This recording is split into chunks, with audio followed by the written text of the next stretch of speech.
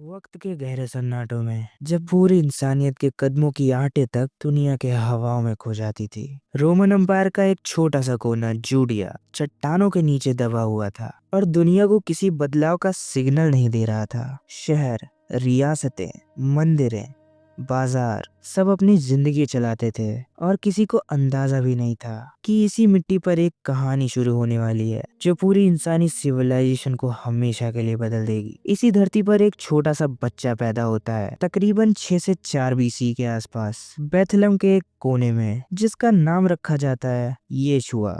ना किसी सुल्तान की औलाद, ना किसी महाराजा का वारिस, एक आम मजदूर के घर में पैदा, लेकिन जिंदगी उसके लिए आम नहीं थी। जवान होने पर जॉर्डन नदी के किनारे जॉन नाम के एक पैगंबर के हाथों बैप्टाइज होकर वो अपने मिशन पर रवाना होता है। उसके अल्फाज, उसकी मिसालें, उसके चमत्कार लोगों के बीच आग की तरह फैलते हैं। अंधी आंखों में रोशनी, टूटे हुए लोगों में उम्मीद और जुल्म से दबे लोगों में हिम्मत।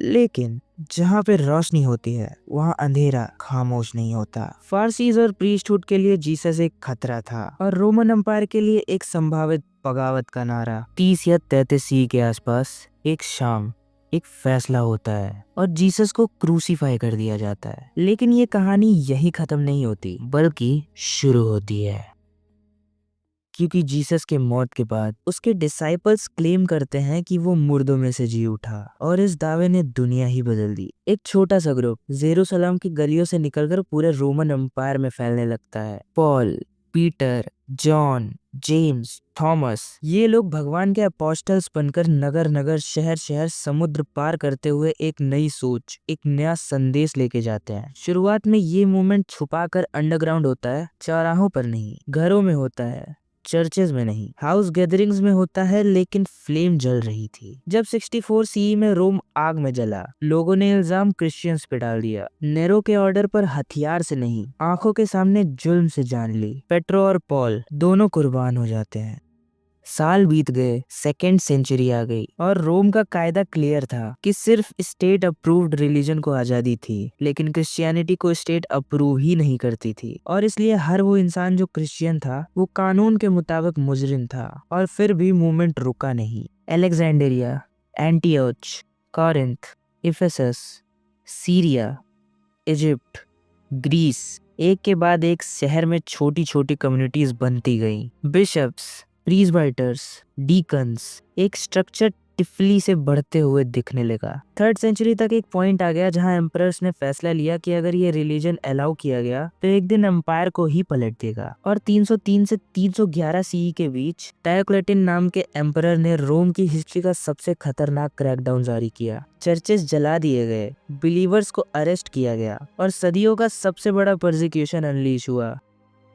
लेकिन फिर 312 सीई, एक बैटलफील्ड का पल, दुनिया का सबसे अनएक्सपेक्टेड मूवमेंट। कॉन्स्टेंटाइन नाम के जनरल अपने राइवल एम्परर मैक्सेंटियस के खिलाफ जंग लड़ने जा रहा था। एक रात उसे एक विजन आता है, एक निशान दिखता है। अगले दिन उसकी फौज पर क्रिश्चियन सिंबल को पेंट किया जाता है और मिल्वियन ब्रिज की जंग जीत ली जाती है। कॉन्स्टेंटाइन रोम का एम्परर बन जाता है और 313 सीई में एक ऑर्डर जारी करता है, एडिक्ट ऑफ मिलान। क्रिश्चियनिटी को लीगल कर दिया जाता है। जो 300 सालों तक अंडरग्राउंड था वो अब रोशनी में आ जाता है। कॉन्स्टेंटाइन चर्चेस बनवाता है, बिशप्स को सपोर्ट देता है और 325 सीई में पूरे एम्पायर के बिशप्स को बुलाकर एक सभा करवाता है, काउंसिल ऑफ नाइशिया, जहां नाइशियन क्रीड तय होता है। क्रिश्चियनिटी अब सिर्फ बचा हुआ रिलीजन नहीं बल्कि एम्पायर की आइडेंटिटी बन रही थी। 380 सीई में थियोडोसियस फैसला करता है क्रिश्चियनिटी सिर्फ लीगल नहीं रहेगी बल्कि रोम का स्टेट रिलीजन बनेगी। एम्पायर इस बिलीफ को शेप नहीं कर रहा था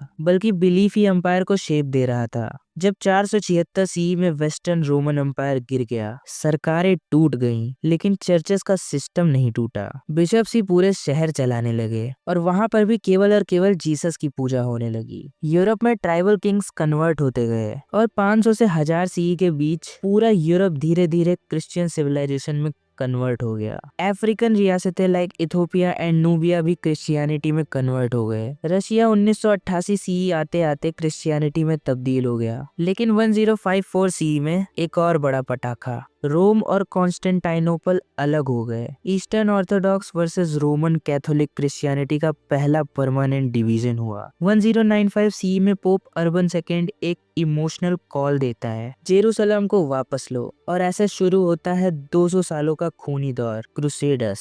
1099 में क्रूसेडर्स जेरूसलम जीत लेते हैं। फिर टर्किश और अरब काउंटर अटैक्स, फिर सलादीन, फिर रिचर्ड लॉयनहार्ट, फिर क्रूसेडर स्टेट्स गिरते जाते हैं और 1204 में क्रिश्चियंस खुद कॉन्स्टेंटाइनोपल लूट लेते हैं। दर्द के सबसे अंधेरे पन्ने। 1291 में क्रूसेडर्स खत्म और यूरोप थक चुका था। फिर भी चर्च का इन्फ्लुएंस कम नहीं हुआ, बल्कि और स्ट्रॉन्ग हो गया। 12th और 13th सेंचुरी में inquisitions, universities, scholastic philosophers, Gothic cathedrals, monasteries, art. Christianity अब सिर्फ रिलीजन नहीं, बल्कि पूरी सिविलाइजेशन ब्रेन बन गई थी। लेकिन 1347 में ब्लैक डेथ आई, यूरोप का एक तिहाई हिस्सा मर गया और चर्च के करप्शन और पॉलिटिकल इन्वॉल्वमेंट के खिलाफ सवाल उठने लगे। 1500 तक यूरोप एक बार फिर ब्लास्ट पॉइंट पे खड़ा था। 1517 एक मॉनेस्ट्री का प्रोफेसर मार्टिन लूथर विटनबर्ग के डोर पर 95 थीसिस चिपकाता है। इंडल्जेंसेस करप्ट है, सैल्वेशन फेथ से मिलता है, पैसे से नहीं। प्रिंटिंग प्रेस ने उस आवाज को छुपने नहीं दिया। हर शहर, हर बाजार, हर घर में लूथर के अल्फाज पहुंचाए गए। Rome versus Luther, pope versus reformation, Germany versus empire, और क्रिश्चियन दुनिया का फिर split. Lutheran, reformed, Calvinist, Anglican, Anabaptist, एक के बाद एक मूवमेंट उभरते रहे। यूरोप का जहां एक टाइम क्रूसेडर्स में खून बजा था, वहां 1618 से 1648 की 30 इयर्स वॉर ने सब कुछ तोड़ दिया। पूरा कॉन्टिनेंट तबाह। और 1648 में एक फैसला हुआ, पीस ऑफ वेस्टफेलिया। रियासतें चर्च से आजाद और पॉलिटिक्स चर्च से अलग। लेकिन यूरोप चाहकर भी क्रिश्चियनिटी को खत्म नहीं कर सकता था, और क्रिश्चियनिटी चाहकर भी यूरोप में सीमित नहीं रह सकती थी। कोलंबस अमेरिका जाता है, Vasco D gamma Asia, Latin America में कन्वर्जन, अफ्रीका में रॉयल अलायंसेस, एशिया में जीसूट्स, इंडिया में मिशंस, चाइना में स्कॉलरी एक्सचेंजेस, जापान में क्रैकडाउन्स। स्लेव्स को अमेरिका ले जाते हुए उनके साथ एक नया स्पिरिचुअल वॉइस डेवलप होता है, जिससे बाद में गॉस्पेल म्यूजिक्स, ब्लैक चर्चेस और सिविल राइट मूवमेंट पैदा होते हैं। 19th सेंचुरी में प्रोटेस्टेंट मिशन दुनिया भर फैलते हैं। 20th सेंचुरी में पेंटेकोस्टैलिज्म लॉस एंजलिस से उठकर ब्राजील, नाइजीरिया, कोरिया, इंडिया में फैलता है। वर्ल्ड वॉर्स ने यूरोप को हिलाया। वेटिकन सेकेंड ने कैथोलिक चर्चेस को मॉडर्न बनाया, और 21st सेंचुरी में क्रिश्चियनिटी बहुत सारे शेप्स में से एक साथ एग्जिस्ट कर रही थी। कैथोलिक,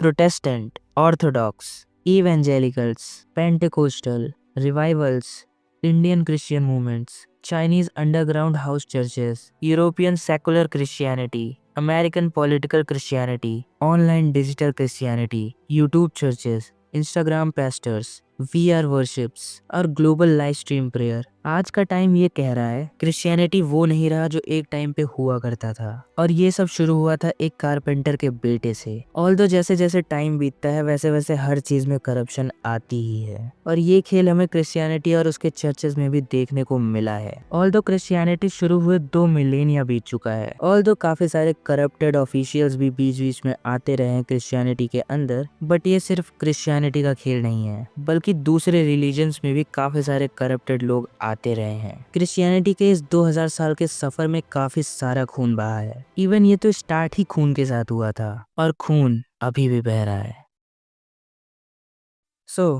ये वीडियो बनाने में काफी ज्यादा रिसर्च और टाइम भी लगा है। तो अगर आपको ये वीडियो पसंद आई है तो एक लाइक कर देना वीडियो को, एंड ऐसे ही और वीडियोस के लिए आप प्लीज चैनल को सब्सक्राइब कर लेना, क्योंकि ऐसे ही और भी अमेजिंग कंटेंट फ्यूचर में आने वाले हैं। मिलते हैं नेक्स्ट वीडियो में। Until then, peace out.